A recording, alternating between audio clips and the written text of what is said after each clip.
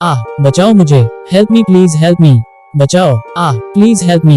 एक लड़की की दर्दनाक चीखें धीरे धीरे तेज हो रही थी। उतने में ही जोर से कुछ टूटने की आवाज आई और रोहन का सपना टूटा, उसकी नींद खुली। घड़ी में देखा रात के 2:30 बजे थे। रोहन ने देखा कि एक फूलदान गिरकर टूट गया और बिल्ली दौड़कर खिड़की से निकल गई। ओह, तो ये बिल्ली का काम है, रोहन मन ही बोला और पानी पीकर फिर से वो सो गया। सुबह मोबाइल की घंटी से उसकी आंख खुली, देखा तो उसके बॉस मी शाह का फोन था, इसलिए उसने तुरंत रिसीव किया।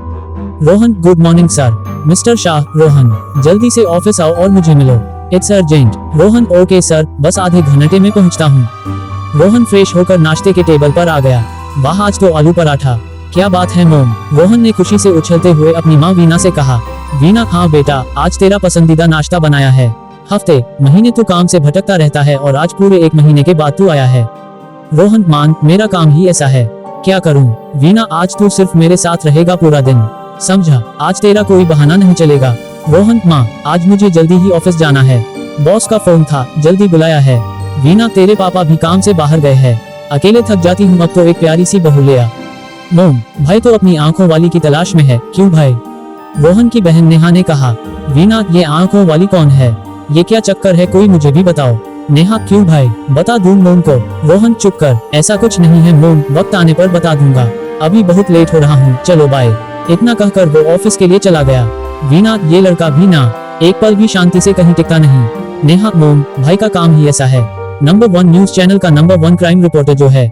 वीना, कभी कभी बहुत डर जाती हूँ, बहुत समझाया उसको कि इस लाइन में मत जा, पल पल जान का खतरा रहता है, पर मेरी सुने तो ना। नेहा, कुछ भी कहो मोम, लेकिन मुझे अपने भाई पर गर्व है। वीना, तुम भाई बहन का कुछ नहीं हो सकता। नेहा, अच्छा माँ, बाय, मैं कॉलेज के लिए निकलती हूँ, मुझे देर हो रही है।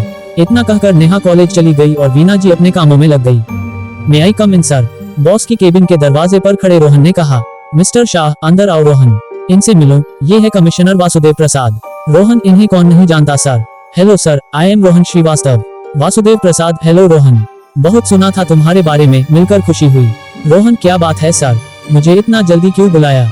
मिस्टर शाह, कुछ सही नहीं है आजकल, यहाँ चैनल की टीआरपी कम होती जा रही है, बाकी चैनल वाले आगे निकलते जा रहे हैं, अगर ऐसा ही रहा तो हमारी पोजीशन हिल सकती है। रोहन, अब तक तो सब कुछ सही चल रहा था, तो फिर अचानक टीआरपी कम कैसे हो गई? 1 महीना बाहर क्या गया, टीआरपी कम हो गई, मेरे बिना कुछ नहीं हो सकता यहाँ, रोहन मन में बड़बड़ाया। लगता है कुछ बड़ा सोचना पड़ेगा। मिस्टर शाह, तुम्हें ईशा फर्नांडिस का केस याद है? रोहन, ऑफ कोर्स याद है, ये वही लड़की है जिसकी 3 साल पहले लाइब्रेरी में पंखे से लटकी हुई हालत में लाश मिली थी। दूसरे ही दिन उस केस को आत्महत्या घोषित करके केस को बंद कर दिया गया। वासुदेव प्रसाद, बिल्कुल सही कहा। मिस्टर शाह, इस केस की रिपोर्टिंग तुम्हें करनी है। रोहन, इस केस से हमें क्या फायदा, ऐसे तो बहुत से केस है, तो फिर ये केस ही क्यों? वासुदेव प्रसाद, लगता है तुम्हें और कुछ पता नहीं। रोहन, मतलब? वासुदेव प्रसाद, उस लड़की की मौत के बाद उस लाइब्रेरी में जो भी गया उसकी मौत हो चुकी है। कई रिपोर्टर वहां गए लेकिन दूसरे दिन सिर्फ उसकी लाश मिली। डर कर वहां की सरकार ने उसे भूतिया घोषित करके बंद कर दी गई।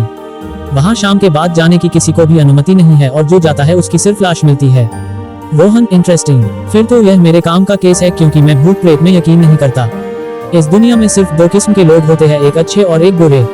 भूत प्रेत जैसा कुछ नहीं होता इस दुनिया में। मैं जरूर इस केस की रिपोर्टिंग करूंगा। उद्धरण चिन्ह। मिस्टर शाह, वासुदेव मेरा दोस्त है, इसलिए उसकी परमिशन से तुम इस केस की रिपोर्टिंग तैयार करो। मैं तुम्हें 1 हफ्ते का वक्त देता हूँ। रोहन, ओके सर, मैं आज की फ्लाइट से ही दिल्ली के लिए निकलता हूँ। वासुदेव प्रसाद, इतना आसान नहीं है रोहन, क्या तुम कर पाओगे? तुम्हें अपनी जान की परवाह नहीं है क्या? रोहन, अगर जान की परवाह की होती तो इतना बड़ा क्राइम रिपोर्टर कभी नहीं बन पाता। इतना कहकर रोहन मुस्कुराकर केबिन से बाहर चला गया। वासुदेव प्रसाद, कमाल का लड़का है ये। मिस्टर शाह, वो तो है। विशाल और माया रोहन की तरफ देखते हुए बोले, आओ जनाब। विशाल, कैसे हो दोस्त? आज पूरे 1 महीने के बाद मिले हैं। विशाल ने कहा। माया, कैसा रहा तुम्हारा सफर?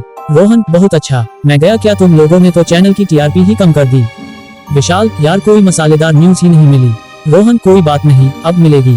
माया, मतलब? उद्धरण चिन्ह। रोहन, मैं दिल्ली जा रहा हूँ, आकर बताओ नगा। विशाल, एक बात पूछूं? रोहन, पूछो। विशाल, क्या हुआ, कुछ परेशान लग रहा है? रोहन, यार फिर से वही सपना, परेशान हो गया हूँ इस सपने से। जब भी आंखें बंद करता हूँ वो चीखें मेरे कानों में गूंजने लगती है। कितना दर्द है उस चीखों में, ऐसा लगता है कोई लड़की मुझे मदद के लिए बुला रही है। विशाल, घर में किसी को बताया तुमने? रोहन, नहीं यार, सब खामखान परेशान हो जाएंगे, सिर्फ सपना ही तो है। चलो चलता हूँ, शाम की मेरी फ्लाइट है, दिल्ली से वापस आकर मिलता हूँ, बाय। विशाल और माया, बाय, ख्याल रखना अपना। रोहन ऑफिस से निकलकर सीधा अपने घर गया। अपना बैग पैक करके सीधा एयरपोर्ट के लिए रवाना हो गया। घर में उसने बताया कि वो ऑफिस के काम से जा रहा है, 1 हफ्ते में आ जाएगा।